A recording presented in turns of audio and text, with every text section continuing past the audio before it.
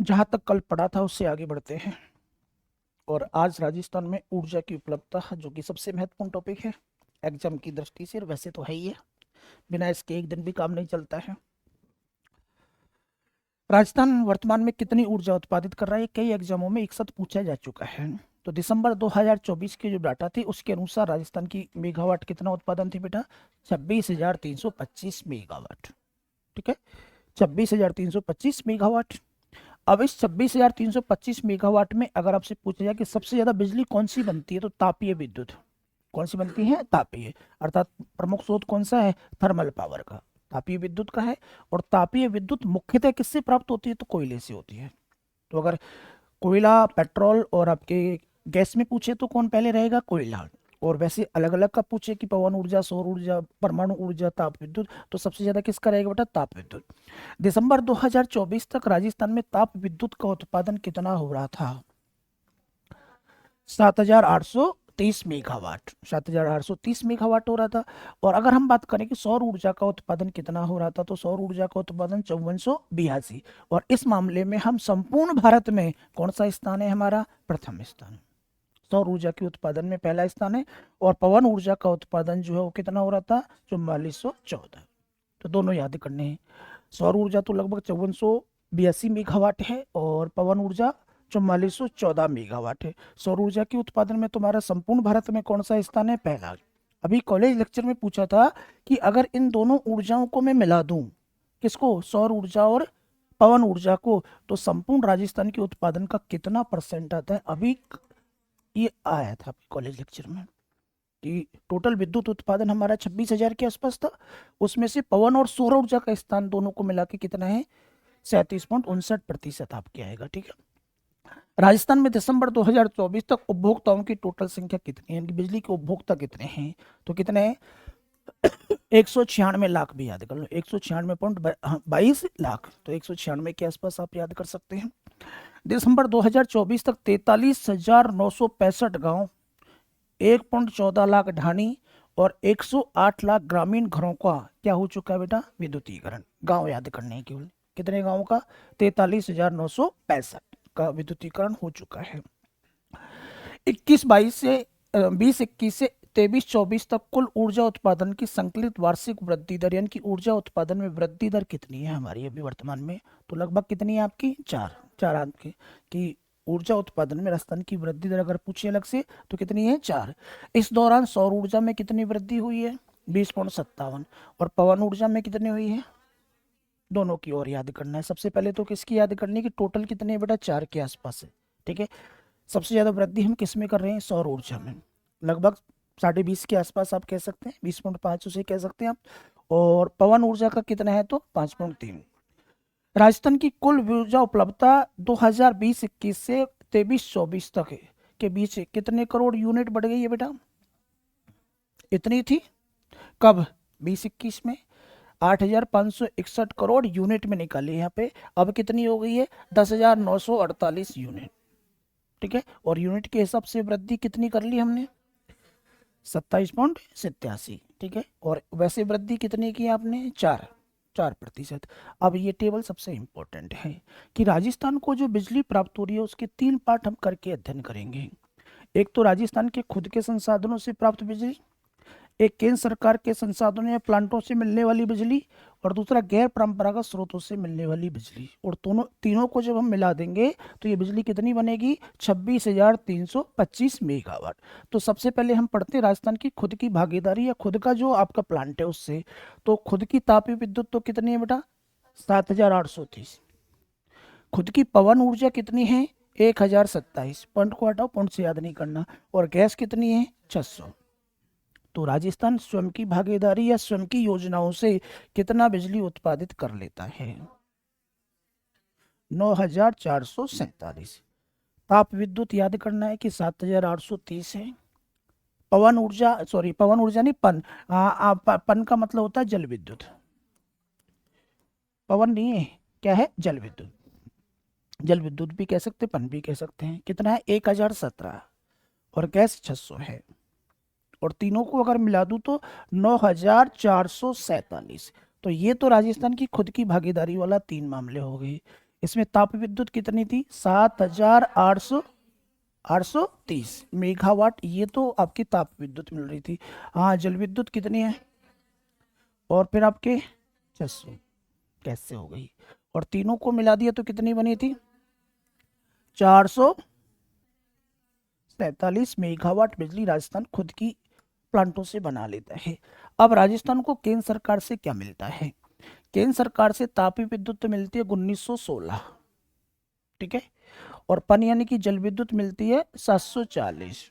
Gas हम ले नहीं रहे आजकल, तो आणविक और मिलती है 456, और तीनों को मिला दोगे तो 3113 मेगावाट। खुद की से कितनी बना ली थी? 9447 मेगावाट, तो खुद की प्लांट से बन गई। केंद्र सरकार से कितनी मिल गई? 3113, और 3113 में भी सबसे ज्यादा कौन सी थी? ताप विद्युत सबसे ज्यादा थी। आप कह सकते हैं 1916 के आसपास मेगावाट, ठीक है। जल विद्युत 740 के आसपास थी, और आणविक विद्युत यानी कि परमाणु ऊर्जा 456। 3113 ये मिल गई। अब आते हैं सबसे इंपॉर्टेंट कि सबसे ज्यादा बिजली मिलती है हमारे पास गैर परंपरागत ऊर्जा। तो राजस्थान अक्षय ऊर्जा निगम, आरएसएस एमएमएल के द्वारा भी, और अन्य कुछ जो क्षेत्रीय उपक्रम है उनके द्वारा पवन ऊर्जा कितनी उत्पादित हो रही है? तो अभी बताया था मैंने आपको, 4414। और बायोमास कितना है? 124, ठीक है। और सौर ऊर्जा कितनी है? तो 5482। और ताप विद्युत जल विद्युत मिला के 3742। तो ये तीनों चारों याद करने हैं गैर परंपरागत ऊर्जा स्रोतों में। कौन कौन याद करना है? कि पवन तो हो गए 4414, बायोमास 124 के आसपास होगी, सौर ऊर्जा होगी 5482, और ताप और जल विद्युत मिला के 3742। और इन सबको अगर मैं जोड़ देता हूं तो ये संख्या आपके कितनी? 13,000 कितनी आती है? 13,763, ठीक है, ये आपकी आती है। अब तीनों को एक साथ कर लो। राजस्थान को खुद के संसाधनों से कितनी मिली थी? 9,447 इतने मेगावाट। केंद्र सरकार से 3,113 मेगावाट। और गैर परंपरागत ऊर्जा स्रोतों से कितने मिली है? 13,763। और इन सबको जोड़ दूंगा तो कितना हो जाएगा? 26,325 मेगावाट। ये आपको याद रखने हैं। अब इस टेबल में से आपको याद क्या करना है वो सुन लें। सबसे पहले तो याद करना कि सबसे ज्यादा ऊर्जा हमारे पास जो है कौन सी है? तो वो है आपके पास ताप विद्युत। कौन सी है? ताप विद्युत। चाहे केंद्र सरकार से मिले चाहे राज्य सरकार की मिले, ताप विद्युत सबसे ज्यादा है हमारे यहाँ। फिर स्वयं के संसाधनों से कितनी मिल रही है ये याद करना है। तो कितनी मिल रही है? 9,447। केंद्र की भागीदारी से हमें कितनी प्राप्त होती है? 3,113 मेगावाट। और अक्षय ऊर्जा जो है उससे कितनी मिल रही है? 13,763। तो तीनों ये याद करने हैं। अब इनमें अलग से और क्या याद करना है? तो राजस्थान की ताप विद्युत अलग से निकालनी है। कितनी थी? 7,830 मेगावाट, ठीक है। इसके अलावा आपको पवन ऊर्जा निकालनी है 4414, और एक आपको सौर ऊर्जा निकालनी है 5254 है ना, 5482 मेगावाट। ये डाटा आपको अलग से याद करने हैं सारे के सारे। पहला तो टोटल बिजली उत्पादन का 26,325 मेगावाट, ये तो एक याद किया। फिर इसके बाद ताप विद्युत कितनी है राजस्थान की? तो 7,830 मेगावाट है। पवन ऊर्जा 4414 मेगावाट है, और सौर ऊर्जा 5482 मेगावाट है। तीनों के तीनों पार्ट अलग अलग याद किए कि खुद की जो संसाधन है उनसे कितनी मिलती है इसको? तो 9,447 मेगावाट। केंद्र के प्रोजेक्टों से मिलती है 3,113 मेगावाट, और अक्षय ऊर्जा निगम से मिलती है 13,763। 13,763। बोलो याद है सारे की सारे? बताओ तो खुद के साधनों से कितनी मिली है? 9,447 मेगावाट। इसमें से ताप विद्युत कितनी है? 7,830 मेगावाट जो आपकी ताप विद्युत है। केंद्र सरकार से कितनी मिलती है आपको? 3,113 मेगावाट, ये केंद्र सरकार से प्राप्त हो गई। अक्षय ऊर्जा से कितनी मिली? 13,763। अब 13,763 में से पवन कितनी थी? 4414 मेगावाट तो पवन हो गई। बायोमास कितनी थी? 124। कितनी 124। और सौर ऊर्जा कितनी थी 5482 मेगावाट, 5482 मेगावाट। तो ये सारे की सारे आपको आंकड़े याद करने हैं। बोला है सबके याद? ज्यादातर तो ये आता है 26,325 ही। दूसरा आता है कि ताप विद्युत का पहला स्थान है और कितनी है वो याद कर लेना, कितनी है 7,000, 7,830। उसके बाद सौर ऊर्जा और पवन ऊर्जा आती है। सौर ऊर्जा और पवन ऊर्जा कितनी है? सौर ऊर्जा कितनी है 5482। और पवन ऊर्जा, और सबसे इंपॉर्टेंट, अगर सौर ऊर्जा और पवन ऊर्जा को मिला दूं तो टोटल बिजली का कितना 33.59। लिख लो अगर नहीं लिख रहा है तो, कहीं पे होगा नहीं। सौर ऊर्जा व पवन ऊर्जा का कुल हिस्सा, सौर ऊर्जा व पवन ऊर्जा का कुल हिस्सा 37.59%। 37.59%।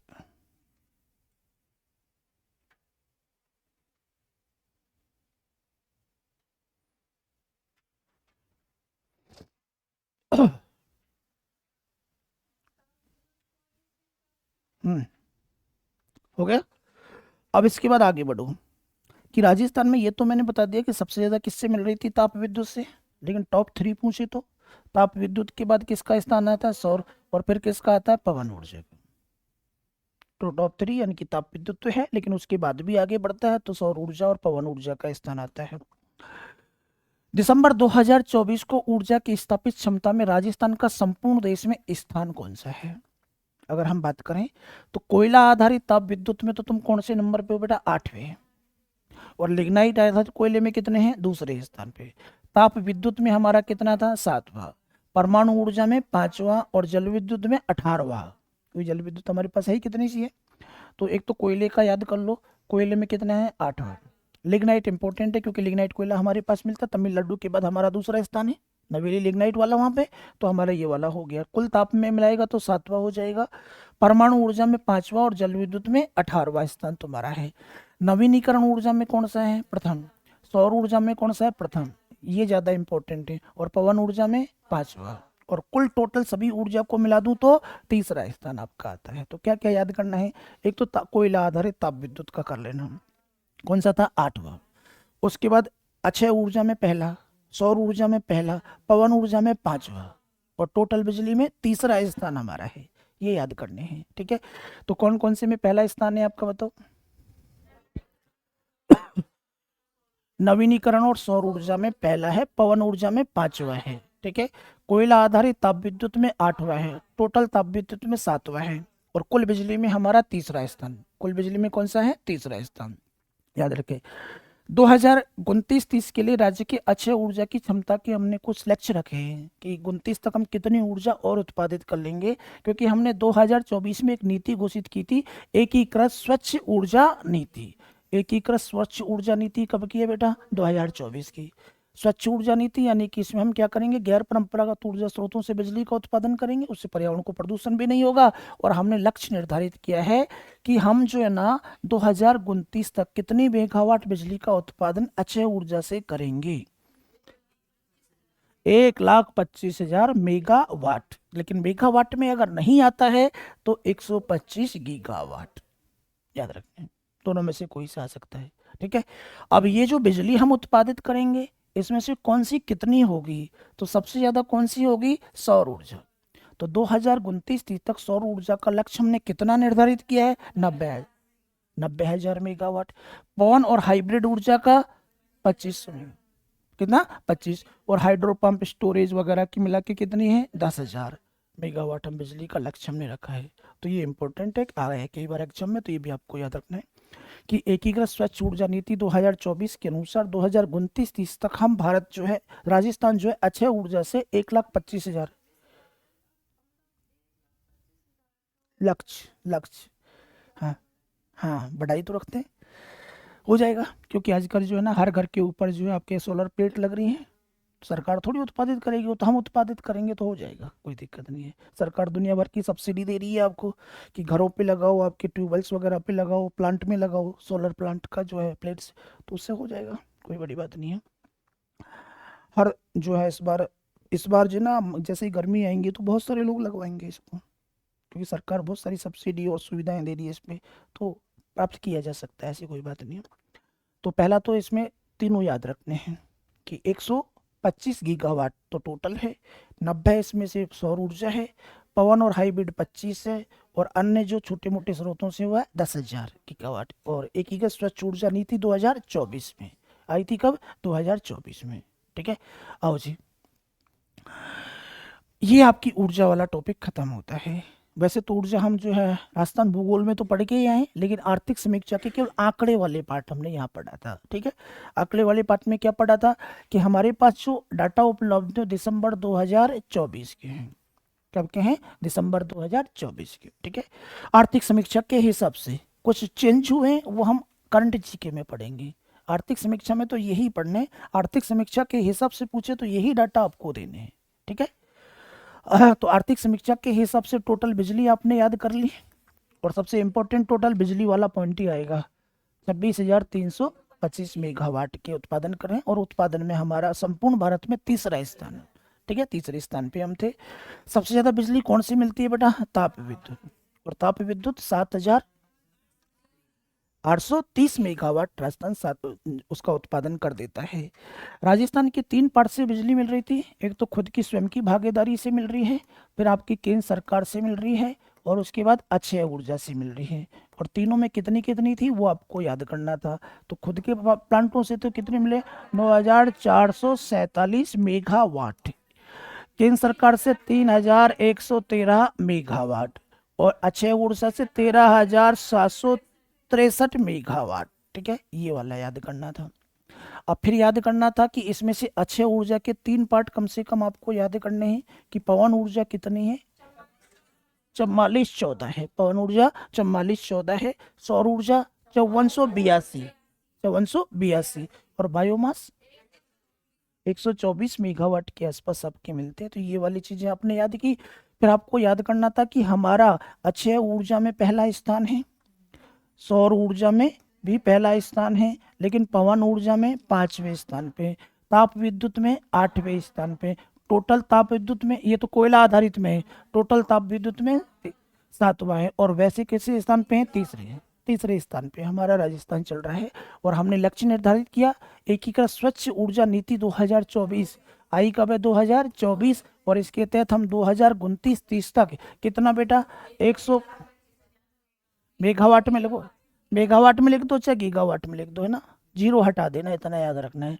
अब इस 1,25,000 मेगावाट में अगर हम याद करें तो इसमें से 90,000 तो कौन सी बनाएंगे? 90,000 तो सौर ऊर्जा बना लेंगे 90,000 के आसपास। और उसके बाद 25,000 पवन और हाइब्रिड बना लेंगे, और 10,000 में जो स्टोरेज वगैरह की, सोलर पंप वगैरह की जो है ना पृथ्वी के भीतर जो है वो बना देंगे। तो ये टोटल हमने लक्ष्य भी बना दिए हैं। तो यहाँ तक की बात क्लियर हो गई, तो आपका ऊर्जा वाला टॉपिक कंप्लीट होता है। और अब हम आगे सड़क पे हैं। सड़क वाले डाटा वैसे तो जब हमने परिवहन पढ़ा था तो कंप्लीट याद कर रखे हैं, लेकिन आंकड़े दोबारा से एक बार देखने हैं आपको। जब राजस्थान की आज़ादी के समय की स्थिति 1949 की हम देखते हैं तो सड़कों की लंबाई मात्र कितनी थी? 13,553। इतनी सी सड़कें थी आपके राजस्थान में आने जाने के लिए। अब राजस्थान में ये सड़कें बढ़कर कितनी पहुंच गई हैं? तो 3,17,121, इतनी लंबी हो गई है। 49 में मात्र 13,000 थी, अब बढ़ के हो गई 3,17,000। ठीक है, मूल संख्या को पकड़ो, बाकी की याद नहीं करना। 49 में 13,500, वर्तमान में 3,17,000। सॉरी, कौन सा मैंने क्या बोल दिया? अरे नहीं, इतनी कहाँ होंगी, अब भी नहीं है इतनी तो। हाँ, 49 में थी 13,500। क्या पकड़ना है? 53 को गोली मारो, उससे कोई लेना देना नहीं रखना है आपको, बस मूल संख्या को ही पकड़ना है। 13,500, और ज्यादा याद करना 13,500, और अब कितनी है? 3,17,000। ठीक है, अब ये जो सड़कें हैं इनका हमने वर्गीकरण कर दिया, कई पार्टों में बांट दिया। इनमें नेशनल हाईवेज होते हैं, स्टेट हाईवेज होते हैं, मुख्य जिला सड़कें होती हैं, अन्य जिला सड़कें होती हैं और ग्रामीण सड़कें होती हैं। तब जाके मिलके ये होंगी 3,17,121। अब आपसे पूछेगा कि इनमें से NH कितने हैं, SH कितने हैं। तो NH हैं आपके 10,000, 10,700। 90 को छटाओ बिल्कुल, पहले 90 याद रहना ही नहीं चाहिए तुम्हें, पहले 10,000 याद रहना चाहिए, उसके बाद 700। ठीक है, तो पहले तो मूल संख्या को पकड़ो, 10,000 है। SH कितने हैं, 17,000। 300 को भी हटाओ पहले, NH 10,000 थे, SH 17,000। मुख्य जिला सड़कें 14,000, अन्य जिला सड़कें 68,000 और ग्रामीण सड़कें 2 लाख, 2 लाख के आसपास है। ठीक है, तो ये आपकी मूल संख्या जब तक याद नहीं होगी तब तक बेकार है सारी चीजें। अब मैं इसको दबा के पूछ रहा हूँ, NH हो गए 10,000, SH हो गए कितने, 17,000। मुख्य जिला सड़कें 14,000, अन्य जिला सड़कें 68,000 और ग्रामीण सड़कें, 2 लाख है ना। अब इसके साथ संख्या को जोड़ते चलो, 10,07,000, 17,300, 14,300। ठीक है, हाँ, और इसके बाद 68,000 और इसके बाद अब इसमें संख्या कैसे पकड़े, देखो एक तो इसको हटा दो और एक इसको हटा दो। ठीक है, बाकी सब में 300 300 300 आएगा। ठीक है, SS 300 है, मुख्य जिला सड़कें 300 हैं और ग्रामीण सड़कें भी 300 हैं। एक तो NH में जो है 700 आएगा और एक आएगा अन्य जिला सड़कों में। ठीक है, 200। अब ये तो 68 65 है, ये वैसे भी याद कर सकते हैं, 68 और 65। ठीक है, 265। तो इन सबको मुख्यतः आपको याद करना है। पहली हो गई 7,000, सॉरी 10,700। अब पूरी याद कर लो तुम्हारे हिसाब से। मूल संख्या तो याद है ना। मूल संख्या NH की कितनी थी, SH की, मुख्य जिला सड़कें, अन्य जिला सड़कें, ग्रामीण सड़कें, 2 लाख है ना, और उसके बाद 3 लाख टोटल में। ठीक है, ये मूल संख्याएं थी। ठीक है, ऊपर वाली 1,000 में, ये दोनों लाख में, बस इतना याद रखें। ये हो गए हमारे पास NH यानी कि नेशनल हाईवेज। ये हो गए यहाँ पर SH, ये मुख्य जिला सड़कें और ये अन्य जिला सड़कें। हाँ, और ये कौन सी हो गई, ग्रामीण जिला सड़कें हो गई। अब इसके साथ मूल संख्या के साथ इनकी संख्या, तो इसमें है 700, इसमें है आपकी 300, हाँ 14,000, इसमें भी 300, इसमें है आपके 200, इसमें है आपके 06,000। ठीक है, और इसमें है 17,000 है। यहाँ तक की हो गई, बोलो क्लियर है। अब इसमें है 790, इसमें है 376, इसमें 372, 265 और ये 318, इसमें 121। ठीक है, तो ये सारी सड़कें आपको क्रम से याद करनी है। बोलो याद रह जाएंगी। SH कितने थे,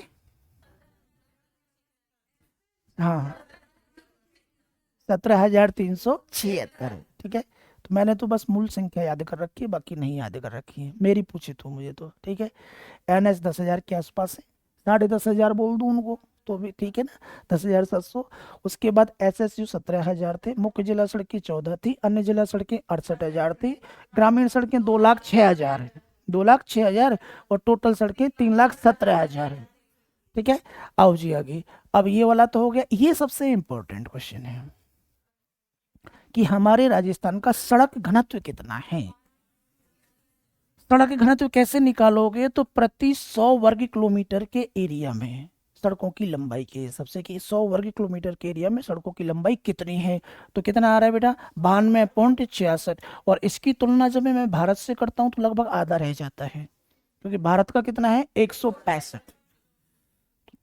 तो हमारा याद करना है 92.66, इंपॉर्टेंट है, एक आधे एग्जाम में तो आ भी चुका है ये। ठीक है, 92.66 के आसपास है, भारत 165 था, ये हमने पढ़ी ली है।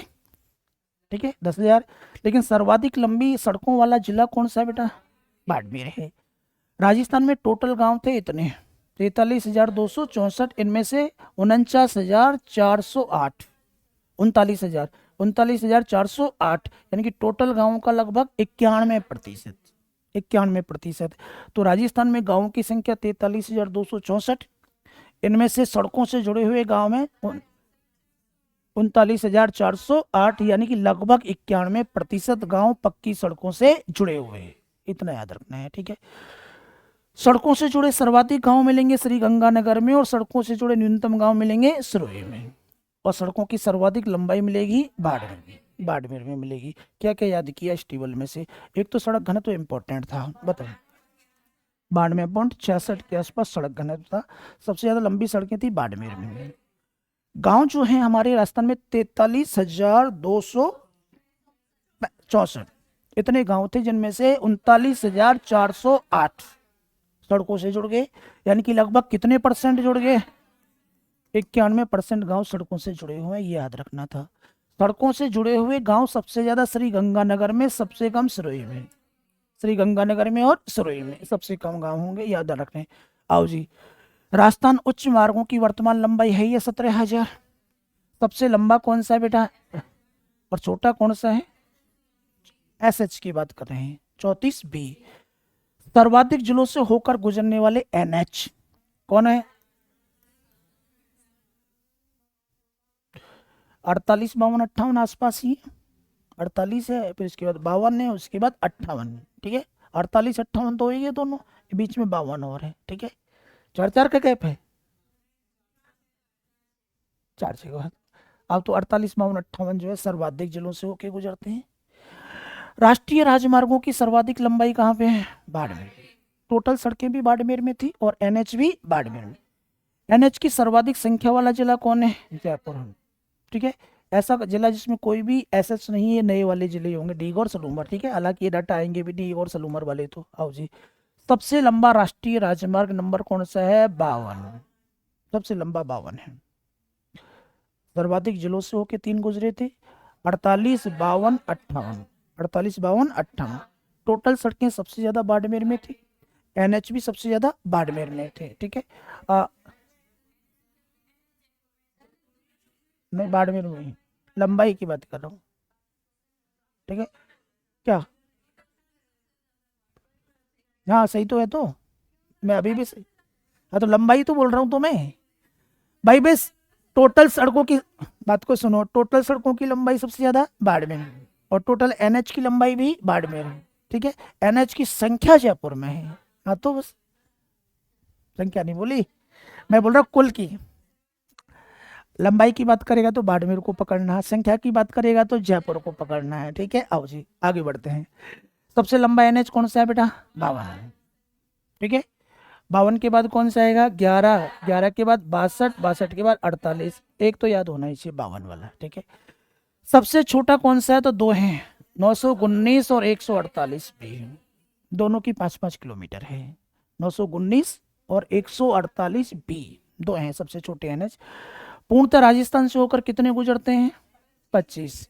ऐसे जो राजस्थान में शुरू होते हैं और राजस्थान में ही समाप्त हो जाते हैं, उनकी बात है। राजस्थान का सर्वाधिक व्यस्त कौन सा है बेटा? 48, ठीक है। और राजस्थान के ऐसे राजमार्ग जो केवल राजस्थान के भूभाग से प्रारंभ होकर राजस्थान में समाप्त हो जाते हैं, कितने हैं? 26। तो ये पूर्णतः राजस्थान से होकर, अच्छा सबसे बड़ा, ठीक है। तो ये डाटा भी थोड़े से आपको याद करने हैं, दोबारा से इनकी सबकी एनएचएच की बात कर लेते हैं। तो एनएच की लंबाई थी हमारे पास 10,790 किलोमीटर। पहली बात तो ये है 10,790 एनएच की लंबाई है। एनएच की सर्वाधिक लंबाई वाला जिला तो है बाड़मेर। एनएच की सर्वाधिक संख्या है आपके जयपुर में, ये वाले। अब सबसे ज्यादा जिलों से होकर गुजरने वाला एनएच 3 है। कौन कौन से हैं? 48, 52, 58। 48, 52, 58। लेकिन सबसे ज्यादा लंबा पूछे तो कौन सा है? तो 52 है, एनएच 52 है। कौन सा है? एनएच 52 है।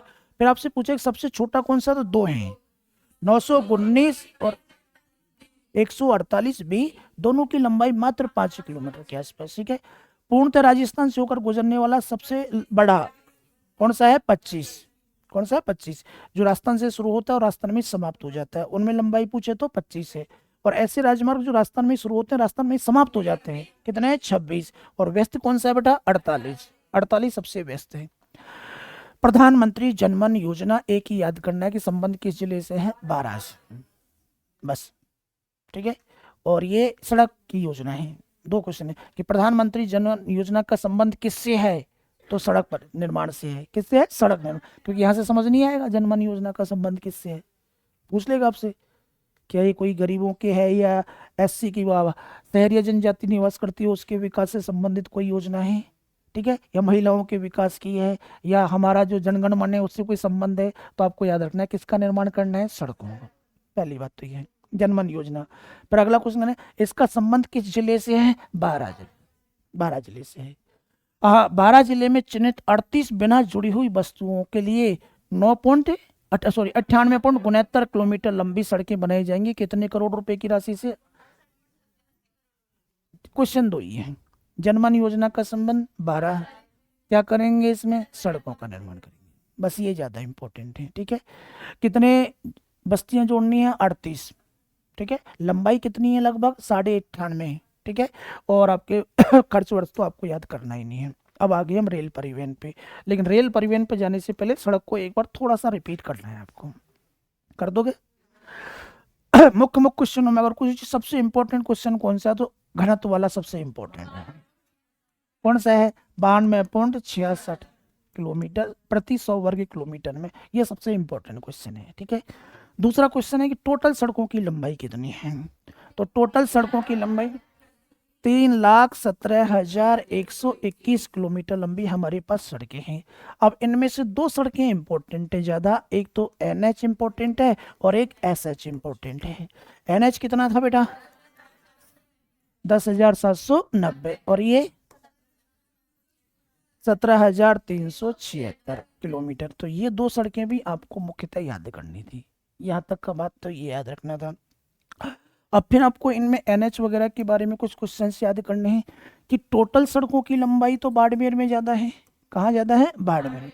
NH की लंबाई भी बाड़मेर है, और NH की संख्या पूछ ले तो संख्या कहाँ पे है, जयपुर में। हाँ, NH जो है, ऐसे NH जो सबसे ज्यादा जिलों से होकर गुजरते हैं उनमें थे 48, 52, 58, 48, 52, 58। अगर लंबाई की दृष्टि से सबसे लंबा NH पूछ ले तो कौन सा आएगा, 52, और सबसे छोटा पूछ ले तो 919 और 148 बी, 5-5 किलोमीटर के हैं, ये दोनों छोटे हैं आपके, ठीक है। अगर हमसे ऐसे सबसे लंबा पूछ ले तो फर्स्ट है, और छोटा पूछ ले तो 34 बी सबसे छोटा है, ये भी आपको याद करना था। तो ये सारे क्वेश्चंस आपको याद हो जाने चाहिए। और प्रधानमंत्री जनमन योजना का संबंध किससे है, 12 से। किसे क्या करना है इसमें बेटा, सड़कों का नाम, सड़कों का 38 गांव को सड़कों से जोड़ने का काम था प्रधानमंत्री जनमन योजना के तहत। और क्या क्वेश्चन रहा इसमें से, बस है कुछ, हाँ, गांव और याद करने थे कि सड़कों से जुड़े हुए गांव कितने थे, ये वाले भी याद करने थे। तो सड़कों से जुड़े हुए गांवों की संख्या थी 39,408, यानी कि कितना परसेंट, 91% गाँव सड़कों से जुड़े हुए थे। इनमें अगर पूछे कि सबसे ज्यादा कहाँ है तो गंगानगर, और सबसे कम कहाँ है तो सुरई, सबसे कम कहाँ पे, सुरई में। और बाकी डाटा तो फिर आप जो है ना परिवहन जहाँ पढ़ते हैं वहां पढ़ने हैं। आर्थिक समीक्षा के डाटा तो यही पढ़ लेते हैं, आपको मेरे हिसाब से याद रह जाएंगे। अब हम पहुंच गए रेल पे रेल परिवहन की। रेल परिवहन की दृष्टि से राजस्थान का किसके बाद स्थान है बेटा, उत्तर प्रदेश के बाद दूसरा स्थान है, ठीक है। राजस्थान में रेल की लंबाई कितनी है, 6,135 करोड़। और ये वाला आपको फिर याद करना था। भारत के रेल मार्ग का कितना परसेंट है, 8.86, कितना है, 8। और रेल मार्ग का घनत्व कितना है, तो ये है 17.92 है। दोनों तीनों क्वेश्चन याद करने हैं कि राजस्थान में रेल मार्ग की लंबाई लगभग 6,000 के आसपास है, 6,135 किलोमीटर। और ये भारत की टोटल रेल मार्ग की लंबाई का 8.86, और सड़क रेल घनत्व कितना आएगा, 17.92, और सड़क कितना था, तो 92 दोनों जगह आ रहा है ना, तो वैसे भी याद कर सकते हैं 17.92, 92.66। और कितने रेल मार्ग है आपके पास, 8.86। एशिया का मीटर गेज का सबसे बड़ा रेलवे यार्ड कहाँ पे है, फुलेरा जंक्शन, फुलेरा जंक्शन में आपकी जयपुर में है। राजस्थान में कुल रेल मार्ग जो है आपकी कितने का विद्युतीकरण हो चुका है, तो कितने का विद्युतीकरण हो चुका है, टोटल रेल मार्ग कितना, 97%। तो राजस्थान में जो रेल मार्ग है उसका 97% का आपके विद्युतीकरण का कार्य भी हमने पूरा कर दिया है, इतना याद रखें। एक राजस्थान में रेलवे के नवीनीकरण की, सॉरी, भारत में रेलवे के नवीनीकरण की योजना चल रही है जिसका नाम क्या है? अमृत रेल, अमृत स्टेशन योजना, जिसका रेलवे स्टेशनों का आधुनिकीकरण किया जा रहा है। आपको इतना याद रखना है इसमें राजस्थान के कितने स्टेशन शामिल हैं, बस ये याद करना है। कितने हैं? 85 स्टेशन शामिल किए गए हैं। तो रेल मार्ग की लंबाई लगभग 6135, भारत के रेल मार्ग का 8.86, और रेलों का घनत्व मिल गया हमारे 17.92। ठीक है, लगभग 97% का विद्युतीकरण हो चुका है। विद्युतीकरण कितने का होगा? 97% का। ठीक है, और अमृत रेलवे स्टेशन योजना में राजस्थान के कितने स्टेशनों को? 85 स्टेशनों का पुनर्निर्माण किया जाएगा। अब वर्तमान की सबसे महत्वपूर्ण ट्रेन कौन सी चल रही है? वंदे भारत। राजस्थान में कितनी चल गई? 4। इंपॉर्टेंट है। अब ये कहाँ से कहाँ जा रही है ये भी थोड़ा सा याद करना है। तो पहली तो अजमेर से बुलंदी चंडीगढ़, जोधपुर से गई साबरमती, 2 तो ये याद करनी है। अगली 2 उदयपुर से चलेंगी, एक तो उदयपुर से जयपुर ले आओ और एक उदयपुर से आगरा कैंट। तो टोटल हमारे राजस्थान से होकर 4 वंदे भारत ट्रेन जा रही हैं। कितनी जा रही हैं? 4। पहली कौन सी थी?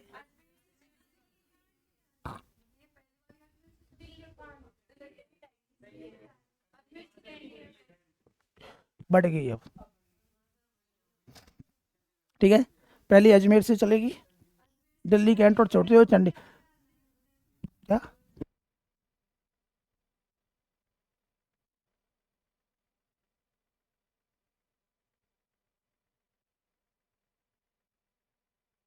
आओ जी। तो पहली तो दिल्ली से चलेगी चंडीगढ़, अजमेर से, अजमेर से चंडीगढ़, वो दिल्ली होके जाएगी। दूसरी कहाँ से? जोधपुर से साबरमती। अगली 2 उदयपुर की है, एक आगरा कैंट जाएगी। आर्थिक समीक्षा के अनुसार कितनी ट्रेन चल रही हैं? 4। ठीक है, आओ जी। राजस्थान की अर्थव्यवस्था में कृषि का क्या योगदान है?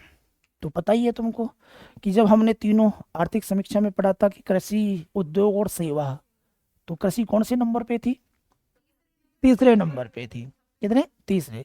और योगदान कितना परसेंट था? 26%। ठीक है, प्रचलित और स्थिर कीमतों पे थोड़ा सा चेंज हुआ था। स्थिर कीमतों पे कितना था? 26.54, और वैसे कितना था? 26.92, 26.92। ठीक है, अब बताओ स्थिर कीमतों पर राजस्थान का सकल घरेलू उत्पाद कितना था? हम्म,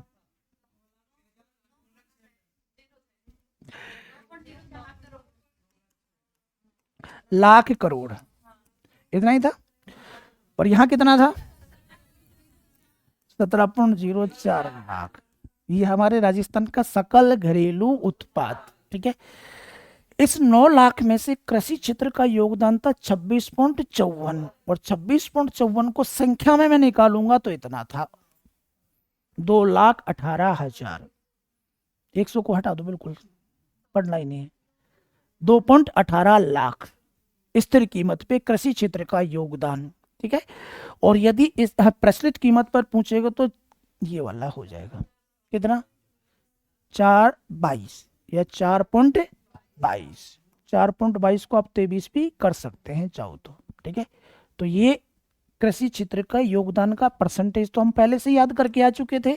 अब हमने उसका सकल घरेलू उत्पाद में योगदान भी याद कर लिया है। स्थिर पे 2.18 था, और चालू कीमत पे 4.23। कितना हो जाएगा? 4.23 लाख करोड़ के आसपास आपके योगदान था।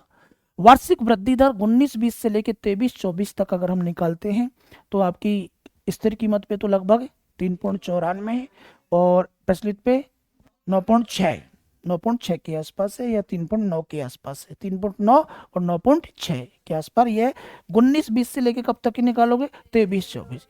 और इसी साल की निकालोगे तो कितनी रही थी बेटा? 5%। तो स्थिर कीमत पे और चालू कीमत पे कितनी थी? 11.44। तो क्या क्या याद करना था? तो इसमें सबसे महत्वपूर्ण तो पहले वाली लाइन थी, 26 वाली। दोनों याद है? कितनी थी? 26-54, 26-92। और फिर सकल घरेलू उत्पाद भी देख लें तो 2.18 और 4.23 लाख करोड़, ये भी वाले हो गया। इसमें वृद्धि दर वर्तमान की इस साल की कितनी थी? 5, और इसमें कितनी? 11.44। ठीक है, अब ये याद करें। अब जो तुम्हारा कृषि क्षेत्र यानी कि प्राथमिक क्षेत्र था, ये आया क्वेश्चन है अभी पिछले 1 महीने में किसी एग्जाम में आया है, या तो इसको कॉलेज लेक्चर में आया होगा या किसी और में आया है। कि कृषि क्षेत्र प्राथमिक क्षेत्र, उसको हमने कृषि या संबंध क्षेत्र कहा। इसमें आपको पता है कि आपको कृषि को शामिल करेंगे, पशुपालन को करेंगे, आखेट को करेंगे, संग्रहण को करेंगे, मछली पालन को करेंगे। आखेट वगैरह तो आजकल होते ही कहाँ हैं, तो उनको तो हटा दो। तो इस प्राथमिक क्षेत्र में भी सबसे ज्यादा योगदान किसका है? बच्चा क्या करके आता है? फसल का। लगता भी ऐसे है, लेकिन फसल नहीं रहेगा, तुक्का लगाओगे तो गलत जाएगा। ठीक है, प्राथमिक क्षेत्र में राजस्थान में सबसे ज्यादा योगदान पशुधन का है। हालांकि बराबर सही है, लेकिन थोड़ा सा ज्यादा है इसका है क्या है? ये तो वार्षिक वृद्धि है, ये तो टोटल योगदान ये है।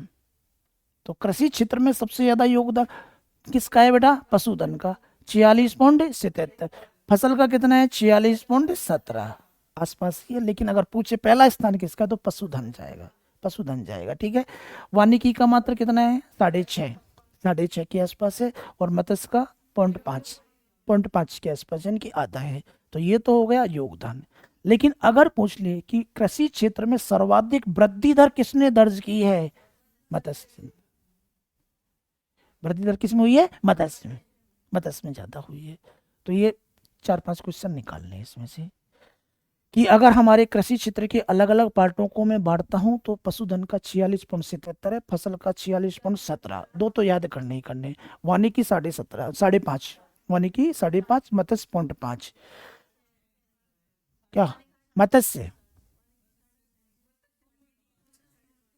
वानिकी 6.5 और मत्स्य 0.5, सारे एक साथ याद करने हैं। फसल दूध उत्पादन कितना हो गया पशुधन का? 46.77, 46.77। फसल का हो गया 46.17, वानिकी का हो गया 6.5 और मत्स्य का हो गया 0.5। लेकिन वार्षिक वृद्धि दर सबसे ज्यादा किस में हुई है? मत्स्य में हुई है, मत्स्य के क्षेत्र में हुई है। कितनी थी बेटा? 25.89, 25.89। ठीक है, ये वाले नहीं याद करने, वो वहीं से याद करने थे। ये मैं बहुत बार आपको पढ़ा चुका हूँ कि आर्थिक समीक्षा के अनुसार राजस्थान का फसल उत्पादन में स्थान, तो सबसे पहले तो यही आता है कि कौन कौन सी में हमारा पहला है। ठीक है, फिर इसके बाद परसेंटेज भी कुछ का तो देखना पड़ेगा, जो पहले स्थान पे जिनमें है उनका, कि 50% से ज्यादा किसका होता है क्या, 90% से ज्यादा भी है क्या। तो ये वाली चीजें, तो आप बात करते हैं सबसे पहले किन फसलों में हमारा पहला स्थान है, तो ये तो चला ही आ रहा है, एकाधिकार कह सकते हैं इसमें तो आप। इसके बाद राई और सरसों और बाजरा, कुल तिलहन और पोषक अनाज। कितने पॉइंट हो गए बेटा? 5, 5 में आपका पहला स्थान है। हाँ, आर्थिक समीक्षा के हिसाब से पढ़ने हैं, यही डाटा मिलेंगे वहां पे। ठीक है, यही टेबल मिलेगी आर्थिक समीक्षा में। बाकी में है आपका वो छोड़ो, आप आर्थिक समीक्षा के हिसाब से पढ़ने, वहां हम जब फसल पढ़ते हैं वहां पढ़ेंगे उनको। ठीक है, हाँ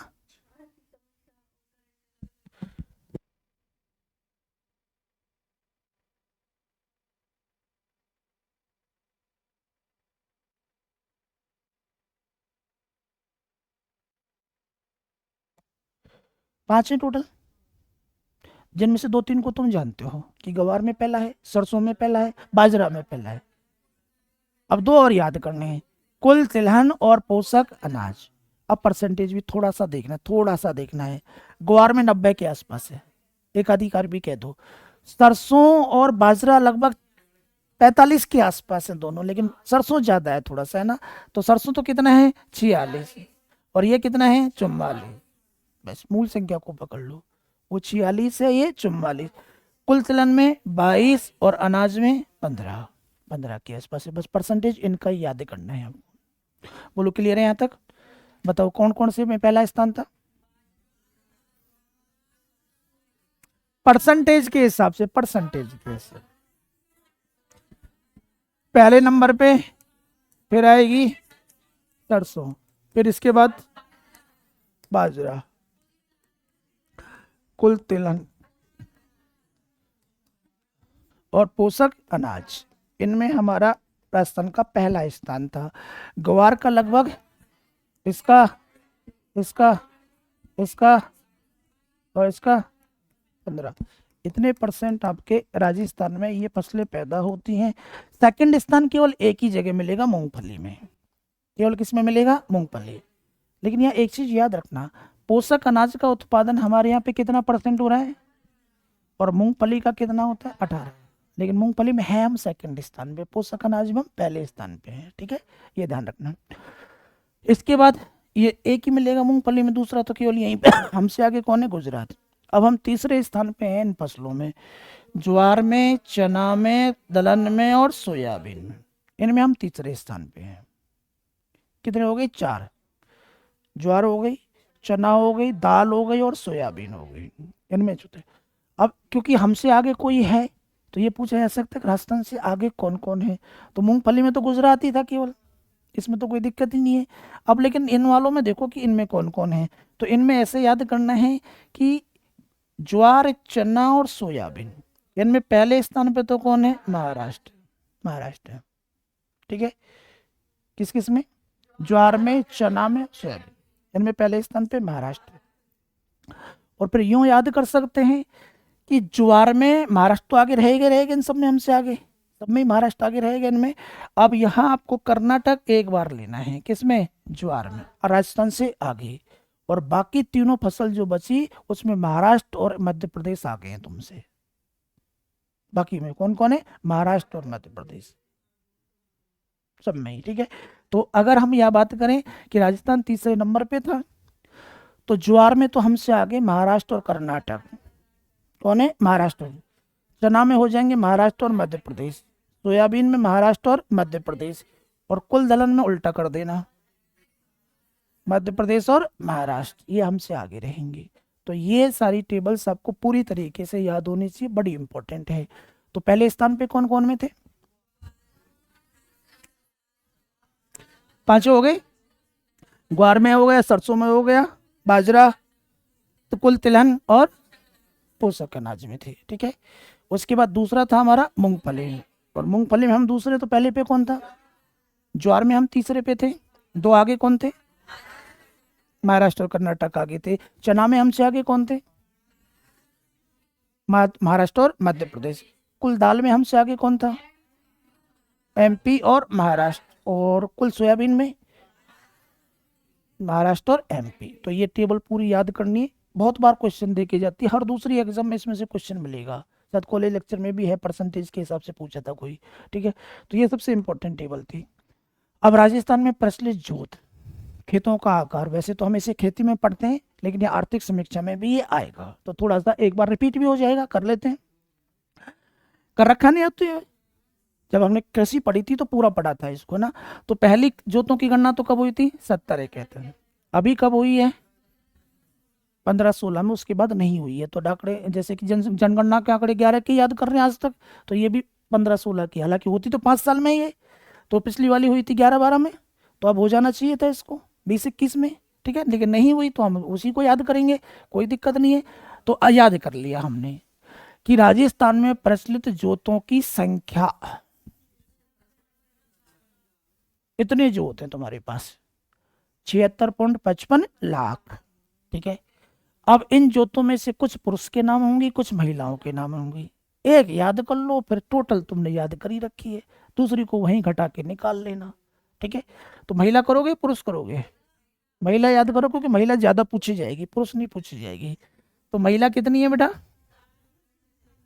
7.75 लाख। तो दोनों याद कर ली बस आपने, 76-55 और 60-75, 7-75 है, ठीक है। बाकी बची हुई पुरुषों को दे देना, कितनी है, 68.66 लाख। अब बात करें इन जोतों में वृद्धि कितनी हुई है, तो टोटल जोतों में पिछली गणना की तुलना में 11% की क्या हो गई, वृद्धि। और महिलाओं में कितनी वृद्धि हो गई, 41.94, ठीक है। और पुरुषों में क्या हो गई बेटा, प्रतिशत की वृद्धि कितनी, 8.48 की। ये वृद्धि क्यों हो रही है, क्योंकि हमारे परिवार का बंटवारा हो रहा है, ठीक है, संयुक्त परिवार टूट रहे हैं, तो अलग अलग नाम हो रही जमीन, तो ये वृद्धि होगी, कभी कमी इसमें नहीं होगी, ठीक है। तो ये पहले संख्या के हिसाब से हमने पढ़ा, संख्या के हिसाब से हमने पढ़ा कि टोटल जोत थी हमारे पास 76-55, इनमें से महिलाओं के पास थी 7.75, ठीक है। टोटल में वृद्धि हुई है 11% की, महिलाओं में 41% की, पुरुषों में 8% की, 8 ही याद करो ना। 11%, 41%, 41.9 हो गया, उसको 42 भी आप कह सकते हैं क्योंकि लगभग वहीं पहुंच गया। और ये 8.5 भी कह सकते हैं, 0.48 हो गया। ठीक है, ऊपर वाले को तो 11 याद कर लो। तो 11%, लगभग 42% और लगभग 8.5% के आसपास वृद्धि हो गई। तो तीनों जोतों की संख्या याद हो गई, कितनी थी टोटल? 76.55। महिलाओं के पास कितनी थी? 7.75। पुरुषों के पास 68 ये तो हो गई जोतों की संख्या।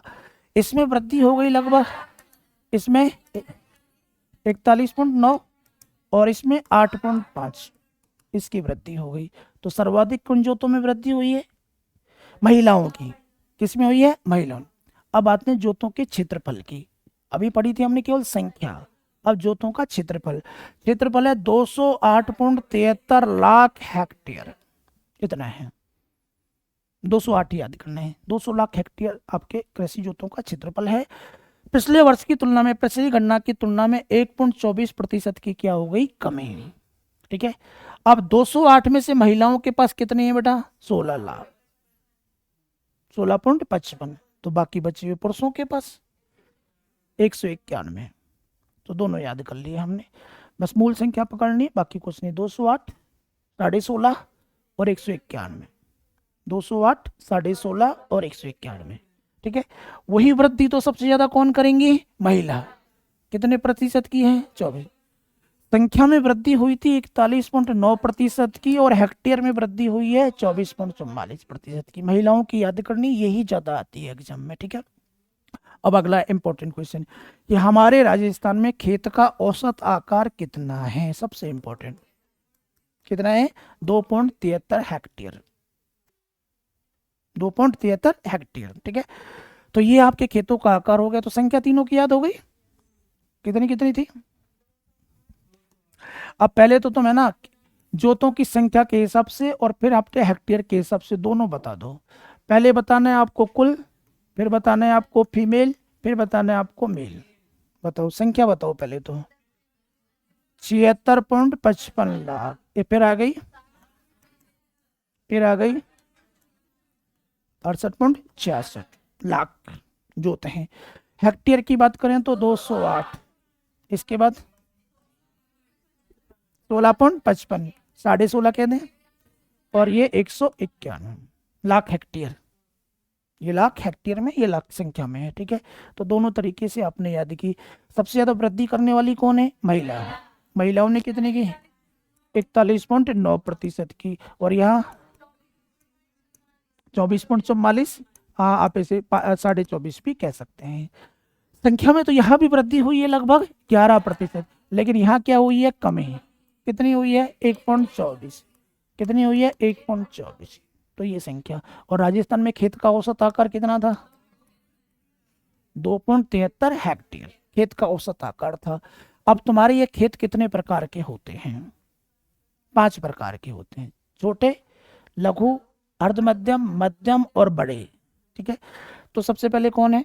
सीमांत, फिर आएगा लघु, मध्यम, अर्ध मध्यम, मध्यम और बृहद। आपको केवल इतना याद करना है कि इन सब में सबसे ज्यादा खेत कौन से हैं? सीमांत। कितना है? 40.12% है। अब खेत की संख्या में वृद्धि होगी जब भी गणना करोगे, तो छोटे खेत तो बढ़ते जाएंगे और बड़े खेत कम होते जाएंगे। तो सबसे इंपॉर्टेंट क्वेश्चन यही पूछेगा कि 2015-16 की गणना में कौन से खेतों में सर्वाधिक वृद्धि हुई है? बाकी सब में भी वृद्धि हुई है, लेकिन कमी केवल एक में हुई है, बड़े जोतों में। तो बड़े जोतों में तो कमी हुई है, बाकी सब में वृद्धि हुई है। वृद्धि सबसे ज्यादा सीमांत में हुई है, और सबसे ज्यादा योगदान भी किसका बेटा? सीमांत। तो ये दो क्वेश्चन, इसमें दो ही क्वेश्चन याद करने हैं। खेत 5 प्रकार के थे, जिनमें सबसे ज्यादा थे सीमांत, लगभग 40% के आसपास। पिछली गणना की तुलना में इस बार शुरू के 4 में वृद्धि हुई है, कमी केवल वृहत जोतों में हुई है। सर्वाधिक वृद्धि पूछेगा तो किस में हुई है? सीमांत। और सीमांत क्षेत्रों में वृद्धि का मतलब है कि संयुक्त परिवार धीरे धीरे क्या हो रहे हैं? विकसित होते चले जा रहे हैं। ठीक है, खत्म होते चले जा रहे हैं, एकल परिवारों की संख्या बढ़ती जा रही है। पारिवारिक बंटवारे के कारण खेत का आकार छोटा हो रहा है। तुम्हारे दादाजी के पास जो 5 बीघे का खेत था, तुम्हारे पापा जी 2 भाई थे तो 2.5 बीघे का रहेगा, तुम 2 भाई रहेंगे तो 1.25 बीघे का रहेगा। ठीक है, अब तुम्हारे और दो हो गए तो फिर वो है रहने के ना, डॉट डॉट बचेगी तुम्हारे पास, फिर उसको काटते रहना डॉट डॉट को। तो खेतों के आकार दादा परदादा के समय बहुत बड़े होते थे, 5-5 6-6 बीघे के एक ही खेत होता था, पार्टी की पार्टी। अब धीरे धीरे क्या है कि करते जा रहे करते जा रहे करते जा रहे, एक में से 2 3 4 जितने भी होते चले जाएंगे तो छोटे होते चले जाएंगे। तो ये जोतों के बारे में भी आपको पढ़ना था। 2015-16 में सीमांत जोतों के क्षेत्रफल में सर्वाधिक वृद्धि हुई है, जबकि सर्वाधिक कमी किस में हुई थी? बृहद जोतों में। राजस्थान में सर्वाधिक कृषि क्षेत्रफल किस क्षेत्र में है बेटा? और बंजर और व्यर्थ भूमि जैसलमेर, जैसलमेर में सबसे ज्यादा थी। अब आगे आपके पास राजस्थान में भूमि का उपयोग, ठीक है, भूमि का उपयोग जो सारे याद है। अब भूमि का क्या क्या करते हो तुम? 3,42,239 वर्ग किलोमीटर तुम्हारे पास क्षेत्रफल था, इसमें से क्या क्या काम करते हैं? तो ये डाटा आपके पास है। तो ये अभी एग्जाम में पूछा गया है कि शुद्ध बोया गया क्षेत्रफल कितना % है। राजस्थान के टोटल क्षेत्रफल में से आधे पे तो हम खेती करते हैं, आधे से ज्यादा पे करते हैं, ठीक है। तो यही सबसे ज्यादा बार आ रहा है भू उपयोग की दृष्टि से। कितना है? 53.10 भू उपयोग में। अब इसके बाद बंजर कितनी है तुम्हारे पास? 10। वानिकी कितनी है? 8। और ऊसर भूमि और कृषि अयोग्य भूमि है 6.8, 6.8 के आसपास है। और अकृषि कार्यों में प्रयुक्त कितनी है? 5.5 यानी कि 5.9। तो ऊपर वाले 3 याद करने मुख्य थे आपको। 53-10 तो आएगा ही आएगा, ये तो किसी ना किसी एग्जाम में आएगा, आ भी चुका कई बार तो और भी आएगा, ठीक है। और बंजर और व्यर्थ भूमि कितनी है? 10%। और वानिकी के अंदर 8%, ठीक है। ऊसर भूमि और कृषि अयोग्य 6.89, या में से क्या मूल संख्या में चेंज कर लो तो ज्यादा ठीक रहेगा। इसको तो 53 ही याद कर लूं मैं, इसको 10 ही याद कर लूं, ये 8 भी रह जाएगा, ये 6.9 में रहेगा भाई, है ना, और ये 5.9 में रहेगा, ऐसे याद कर लो इनको, ज्यादा ठीक रहेगा, ठीक है। तो बोया गया क्षेत्रफल तो 53 के आसपास है, बंजर लगभग 10 के आसपास है, वानिकी लगभग 8 के आसपास है, ठीक है। 53, 10, 8। इसके बाद आपको अगली निकालनी थी ऊसर, लगभग 6.9, 6.9 है। और अकृषि कार्यों में 5.9, 6.9 और 5.9। कृषि आयोग 6.9 और गैर कृषि कार्यों में 5.9, 5.9 प्रयोग होती है। अन्य चालू पड़ती भूमि है 5.7 और स्थायी चरागाह कितने हैं? 4.8, 4.8। और चालू पड़ती कितनी है बेटा? 5 ये पूरी की पूरी। और उपवन वगैरह जो हुए हुए 0.11 में, ठीक है। तो इनमें से भी कई बार प्रश्न आते हैं और आपको सारे के सारे याद करने हैं। फिर भी अगर मूल मूल संख्याओं में गुरु जी कौन कौन से ज्यादा इंपॉर्टेंट है वही बता दो, तो ये 53 सबसे ज्यादा बार आता है। 53 सबसे ज्यादा बार आता है। और इसके बाद अगर कोई चांस बनेगा तो व्यर्थ बंजर का बनेगा। वानिकी का कितना है? 8। ऊसर का कितना है? 6.9। और आपके अकृषि कार्यों में है 5.9, ठीक है। अब दो है ना पड़ती भूमि है, एक जैसी है, एक तो अन्य चालू पड़त है और एक चालू पर, दोनों सेम ही है लगभग आपके, दोनों ही है ना। और उपवन जो है आपके बाग वाग कहाँ लगा रखे हैं? तो 0.11 पे लगा रखे हैं। और चरागाह 4.8 है, ठीक है। तो अन्य पड़ती तो हो जाएगी 5.7 और पड़ती लगभग 5.05 में, तो 5 ही याद कर लो। तो वैसे तो अब देखो तुम चाहोगे तो सारे याद हो जाएंगे, क्यों रिस्क लेना है। खेती कितने पे कर रहे हो? बंजर पे कितने पे है? वानिकी 8। अब बताओ ऊसर, ऊसर है, ऊसर 6.9, कृषि 5.9। अब ये 5, इस 5 को हटाओ पहले, क्योंकि 5 कई बार आ रहा है, तो 5 को क्लियर करो। अन्य पड़ती भूमि है 5.7 और पड़ती है 5, हटाओ, ये एक साथ याद कर लिया हमने, ठीक है। ये कौन सी थी? कृषि कार्यों में प्रयुक्त भूमि, यानी कि खेती के अलावा अन्य कार्य भी तो कर रहे हो। गांव बसा रखे हैं तुमने, शहर बसा रखे हैं, फैक्ट्री लगा रखी है, बांध बना रखे हैं, उनमें टोटल भूमि कितने काम आ रही है? 5.9, 5.9 का आसपास आ रही है। ये कौन है? अन्य पड़ती कह दो या अन्य चालू पड़ती कह दो, और ये क्या है? पड़ती है, ठीक है। ये हो गई। अब इसके लगभग आस पास ही एक और याद कर लो, चरागाह बड़े इंपॉर्टेंट है, बीड जिन्हें कहते हैं आप, चरागाह कितना है 4 पॉइंट। और भाग कितने पे लगा रखे, तो सारे याद हो गए। तो लगता है ऐसा कितनी बड़ी टेबल है कैसे याद करें, लेकिन थोड़ा सा अगर याद करोगे तो सारे याद हो जाते हैं। ठीक है, याद है, चले आगे। कृषि उत्पादन में वृद्धि इस बार खाद्यान्न उत्पादन में कितने परसेंट हुई है, 10%। तिलहन में लगभग 5, तिलहन में कितनी है 5, अच्छा कमी हुई है इसमें लेकिन, है ना। और गन्ने में 21 और कपास में भी कमी हुई है। तो कमी किस किस में हुई है पहले तो याद करो। तिल और कपास उत्पादन में तो कमी हो गई, और खाद्यान्न और गन्ना उत्पादन में वृद्धि, यानी कि सर्वाधिक वृद्धि हो गई गन्ना में। कितनी हो गई, 21% के आसपास। कितनी हो गई, 21। और सर्वाधिक कमी हो गई कपास में, बढ़िया में। कपास को क्या कहते हैं, बढ़िया, बढ़िया बढ़िया बढ़िया, बढ़िया भी कहते हैं। हाँ, ठीक है। दुकान वाले को कहते हैं, इसको बढ़िया कहते हैं। कमी तिलहन में और कपास में, वृद्धि खाद्यान्न और गन्ने में। हाँ, इसमें लगभग 10.5 के आसपास, 10.6 के आसपास हुई है, और इसमें लगभग 21 के आसपास। ठीक है, कपास में 29.6 के आसपास, और इसमें 5 के आसपास कमी हुई है। तो ये वाली बात हुई। अब आगे बढ़े, भूजल आवंटन, यानी कि तुम्हारे पास जो धरातल से नीचे से पानी खोद कर निकालते हो, उसके अनुसार हमने हमारे राजस्थान को इतने जोन में बांट रखा है। ब्लॉक में इंपॉर्टेंट क्वेश्चन है कि कहाँ पानी उपलब्ध है, कहाँ बिल्कुल सूख गया। तो राजस्थान के टोटल ब्लॉकों की संख्या कितनी है, 302 है। ठीक है, अब इनको हमने टोटल कितने पार्टों में बांटा है, 5 में। भूजल आवंटन ब्लॉकों की, ये आता है, इसमें से कई बार प्रश्न आता है। ठीक है, तो याद रखने सारे के सारे। इनमें से अगर पूछो गुरुजी कौन सा ज्यादा आता है, तो एक ही ज्यादा आता है कि राजस्थान में अति दोहित ब्लॉक कितने हैं, ये ज्यादा आता है। जहां सरकार ने पूरी तरीके से पाबंदी रखा रखी है कि आप कोई बोर नहीं काटोगे। ठीक है, अति दोहित जो ना। और इसके बाद सुरक्षित ब्लॉक कितने हैं तुम्हारे पास, 35। तो ये आपको याद करने हैं।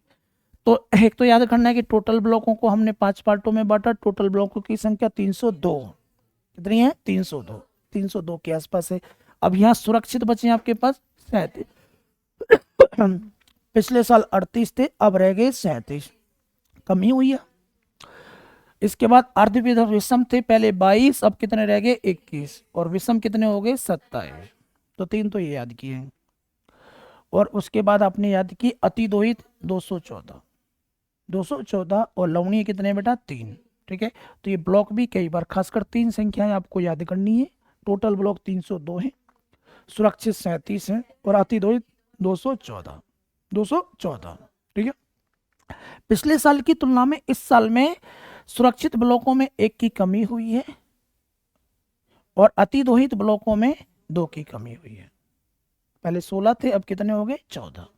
वृद्धि सबसे ज्यादा किसमें हुई है, विषम में, 23 से बढ़ के 27, 23 से बढ़ के कितने हो गए 27। ठीक है, संपूर्ण भारत में जितना जल उपलब्ध है, क्षेत्रफल में हमारा हिस्सा था 10.40 का, 41 या 40 का। जनसंख्या में हमारा हिस्सा था 5.66 का। इसी हिसाब से पानी भी इतना ही मिलना चाहिए भाई। क्षेत्रफल के हिसाब से नहीं मिलता, लेकिन जनसंख्या के हिसाब से तो मिल जाना चाहिए था ना। राजस्थान पानी की कमी वाला राज्य, मात्र कितना सा पानी है, कई बार आता है। तो राजस्थान में भारत के उपलब्ध कुल जल का कितना मात्र 1.16% पानी उपलब्ध है। कितना, 1.16, 1.16 के आसपास है। अब आगे हम पशुपालन में। वैसे तो पशुपालन की गणना तुम्हारे सिलेबस में ही नहीं है, शायद नहीं है ना, लेकिन आर्थिक समीक्षा के हिसाब से थोड़ा सा पढ़ना है, ज्यादा नहीं पढ़ना, थोड़ा सा पढ़ना है अभी के हिसाब से। सिलेबस में नहीं है, टॉपिक सब्जेक्ट वाले सिलेबस में नहीं है, लेकिन करंट में थोड़ा सा पढ़ना पड़ेगा इसे, ज्यादा नहीं, थोड़ा सा। आओ जी, पशु गणना प्रत्येक 5 साल बाद होती है। राजस्व विभाग अजमेर इसको करवाता है। पहली गणना 1920 में हो गई, और वर्तमान गणना कब हुई है, कौन से नंबर की थी, 20वीं गणना थी।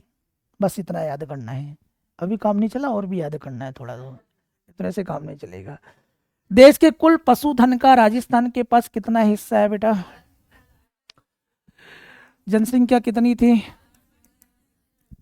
जल कितना था, क्षेत्रफल कितना था 10.41 और पशु कितने हैं 10.60 यानी कि लगभग क्षेत्रफल के बराबर, लगभग क्षेत्रफल के बराबर। तो यहाँ तो बराबर है, जितना क्षेत्रफल है उतने ही पशु हैं हमारे पास, याद रखें। ठीक है, आओ जी आगे। 20वीं पशु गणना के अनुसार राज्य का राष्ट्रीय उत्पादन में योगदान।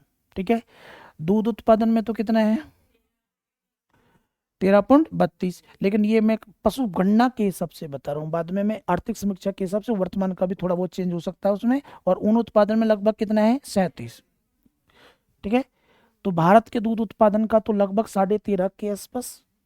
ठीक है, और ऊन उत्पादन का लगभग 37.5 के आसपास आपका कौन उत्पादित करता है राजस्थान। अब राजस्थान की पशु गणना निकाल ली हमने। ठीक है, अब कौन सी पशु गणना चल रही है बेटा, उससे पहले कौन सी हुई थी, और 19वीं कब हुई थी 2012 में। ठीक है, अब यहां आपको ज्यादा कुछ याद नहीं करना, आज तो इतने से, आज जो डाटा पढ़े हैं इनको हम पहले भी पढ़ चुके हैं, ये नए डाटा नहीं है। कृषि जोतों के सब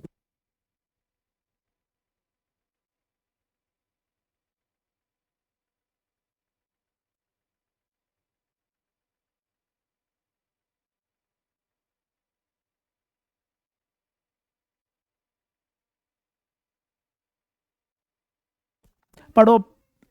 ठीक है, हाँ, तो ये जो जनगणना है पूरी पशु गणना याद नहीं करनी, कुछ कुछ याद करना था, जिसमें एक तो था कि कितने हैं आपके पास भारत के 10.6% के आसपास थे, ये याद करना था। दूध लगभग 13.5 के आसपास और ऊन लगभग 37.5 के आसपास हम उत्पादित कर रहे थे, ये वाली याद करनी थी। अब हमारे राजस्थान की बात करूं तो राजस्थान में गौवंश ये वाली याद करनी है। 20वीं गणना कितनी है, लगभग 139 क्या लाख गाय, 139 लाख गायें हैं राजस्थान में।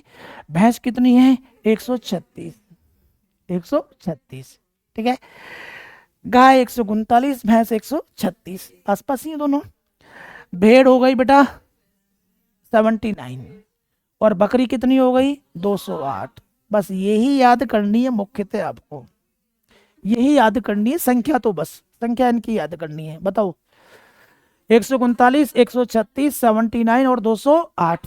अब सबसे इंपॉर्टेंट क्वेश्चन जो कि शायद अभी भी पिछले 2-3 एग्जामों में आया है करंट में, कि ये पूछा था कि राजस्थान में पाए जाने वाले पशुओं को संख्या के हिसाब से क्रमशः व्यवस्थित करें। ठीक है, तो राजस्थान में सबसे ज्यादा संख्या किसकी है, बकरी की है। बकरी के बाद गाय के बाद भैंस और भैंस के बाद भेड़। वैसे वैसे हम देखते हैं तो ऐसा लगता है भेड़ ज्यादा होंगी बकरी कम होंगी, क्योंकि रेवड़ा जो आते हैं मारवाड़ियों के उनके पास भेड़ होती है बकरी होती है, भेड़ ही होती है। ठीक है, लेकिन अपने राजस्थान में बकरी ज्यादा है। ठीक है, तो याद रखें, तो ये आपको कई बार पूछा जाएगा, संख्या के हिसाब से भी याद कर लो और वैसे भी याद कर लो। गाय 139 था, भैंस 136 था, बकरी 208, बकरी 208 और भेड़ 79। ठीक है, और अच्छा चल बताओ 208 संख्या तो मैंने एक जगह और पढ़ाई, अभी पढ़ाई थी थोड़े पहले, जो तो मैं पढ़ा था ना 200 लाख हेक्टेयर, 208 लाख हेक्टेयर के आसपास, यहाँ तक हो गए। ठीक है, उतनी बकरियां जितने जो होते हैं, ऐसे याद कर लो आप, है ना। अब बात करते हैं कि भाई कोई में वृद्धि हुई होगी कोई में कमी हुई होगी, तो गाय और भैंस इन दोनों में तो बढ़े ही है, क्या हुई है वृद्धि। भेड़ और बकरी और ऊंट में क्या हुई है कमी, तीनों में ही कमी हुई है। भेड़ में लगभग 12.9, इसमें 3.8 और इसमें 34.69 के आसपास ऊंट में कमी हो गई। ऊंट कितने बचे बेटा आपके पास 2 लाख, 2.13 यानी कि 2,13,000 के आसपास ऊंट बचे हैं। इसीलिए हमारी राजस्थान सरकार द्वारा एक योजना चलाई गई है कि ऊंट के बच्चे के जन्म पर प्रत्येक ऊंट पालक को पहले 10,000, अब कितने 20,000 रुपए दिए जाएंगे। 20,000 रुपए मिलेंगे ऊंट पालक को, अगर आपने ऊंट पाला है तो। ठीक है, प्राप्त कर सकते हैं इनको एक एक ऊंट के जन्म पर। हाँ, 1 साल में मिलेंगे, और पहले कुछ तो मिल रहा है भाई, ऊंट तो तुम्हारा ही है, काम भी तुम्हारा ही आएगा। सरकार तो ऊंट जोतने के काम आता है, ऊंट गाड़ी होती है, ठीक है, आओ जी आगे आगे बढ़ो, यहाँ तक की बात है तो ये आगे बढ़ गया। इसके बाद आगे हम सुअर, सुअर उअर को याद करने की इतनी जरूरत है नहीं, वैसे 1.5 लाख के आसपास है, 1.5 लाख के आसपास है, ठीक है। 1.55। और अश्व, अश्व कितने आपके 0.34 यानी कि 34,000 आप कह सकते हैं ना। खच्चर कितने 0.01, ये तो छोड़ भी सकते हैं। गधे कितने हैं 0.23। और टोटल पशु ये रहे आपके पास, ठीक है। 568। पहले याद करो, पहले याद करो।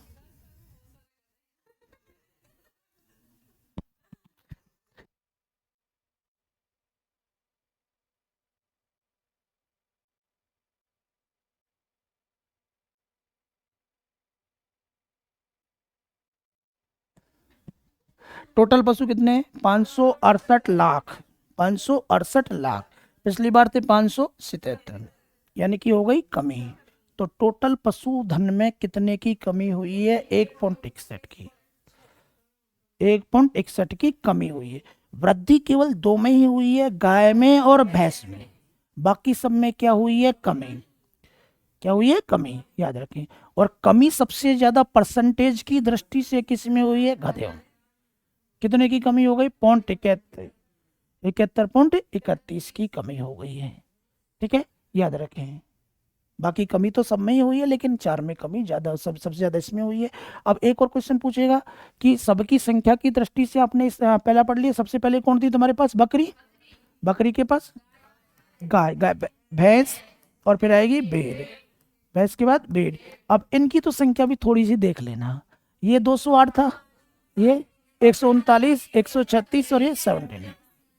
हाँ तुम भी 79 बोल लग गए ना। हाँ ठीक है। और एक ये याद करना था, टोटल पशु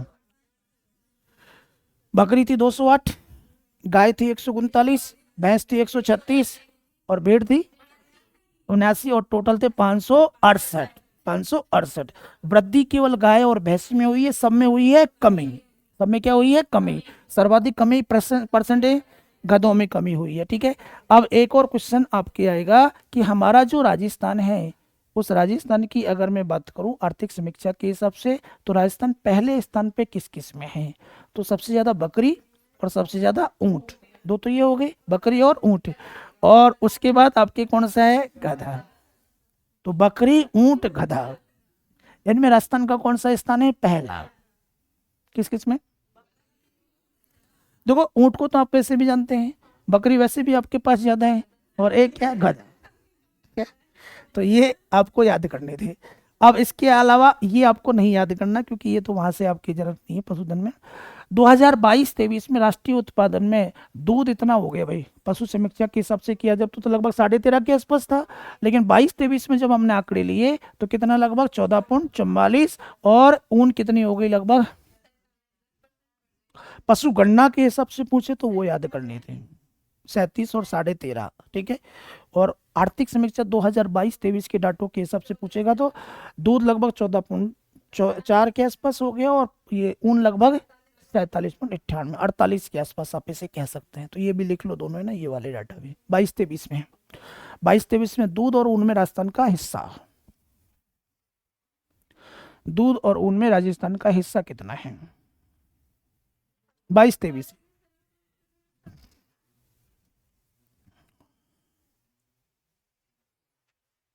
लिख लिए, आओ जी आगे। ये वाले याद करने की जरूरत नहीं है। पशुधन विकास की पहल, कि पशुधन के लिए अभी हाल ही में सरकार द्वारा क्या क्या प्रयास किए गए हैं, कुछ देखने ज्यादा नहीं।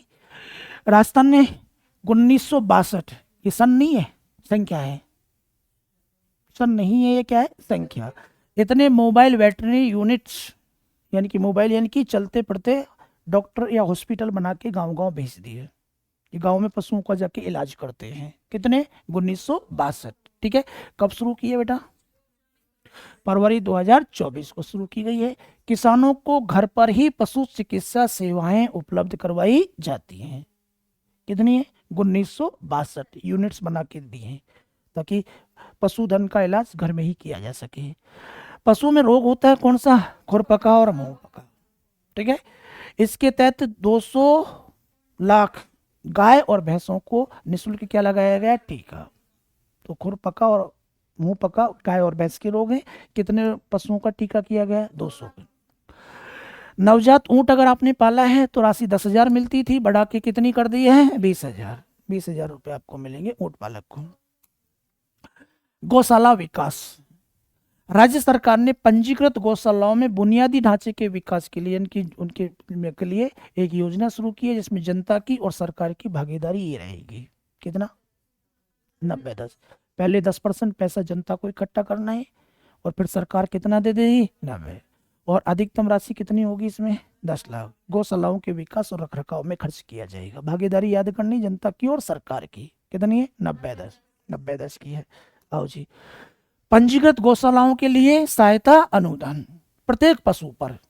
बड़े पशु पर तो कितने रुपए दिए जाएंगे और छोटे पशु पर कब से शुरू किए हैं? 1 अक्टूबर। पंजीकृत गौशालाओं को सहायता अनुदान दिया जाता है, प्रत्येक पशु पर दिया जाएगा। बड़े पशु पर 44 और छोटे पर आधा, यानी कि 22 रुपये। अक्टूबर 2024 में शुरू किया। बजट घोषणा 2024-25 के अनुसार गौकास्ट मशीन योजना के तहत 100 गौशालाओं को यह मशीन उपलब्ध करवाई गई है और इसमें सरकार और जनता का योगदान कितना है बेटा? 80-90। 80:20 का है। नंदीशाला, पहला स्थान तो यह कि कहाँ स्थापित की जाएंगी बेटा? पंचायत समिति स्तर पर। नंदीशाला कहाँ स्थापित की जाएगी? पंचायत समिति। और इसमें क्या है, जो आवारा जो पशु हैं उनमें नर मवेशियों की समस्या का हल किया जाएगा, उनकी नसबंदी वगैरह की जाएगी। प्रत्येक इकाई की लागत लगभग कितनी रहेगी? 1.57 और सरकार और जनता का योगदान 90-10। तो नंदीशालाएं जो है आपकी पंचायत समिति के स्तर पे खोली जाएंगी। आवारा नर पशुओं की इनकी समस्या को हल किया जाएगा। योगदान कितना रहेगा? 90-10 का। कितना रहेगा? 90-10। ग्राम गौशाला या पशु आश्रम जन सहभागिता योजना, इसके तहत आवारा पशुओं को आश्रय प्रदान करने, जिसके तहत ग्राम स्तर पर गौशालाएं खोली जाएंगी। एक तो थी नंदी वाली, वो तो पंचायत समिति पे थी, और ग्राम गौशाला कहाँ खोली जाएंगी? ग्राम पंचायत पे। और भागीदारी उतनी ही है इसमें भी, उसमें भी 90-10 और इसमें भी 90-10। और ई न्यूज लेटर गोपालक वाणी, ये एक पत्रिका है जो कि आपकी शुरू की गई है। इसमें गोपालक योजनाओं की जानकारी आपको प्रकाशित की जाती है। गोपालन से संबंधित कौन कौन सी सरकार की योजनाएं चल रही हैं, उसके लिए आपको कौन सा बुलेटिन आता है? गोपालक वाणी 2024-25 में शुरू किया है। अब आगे हम खनन और औद्योगिक क्षेत्र पे।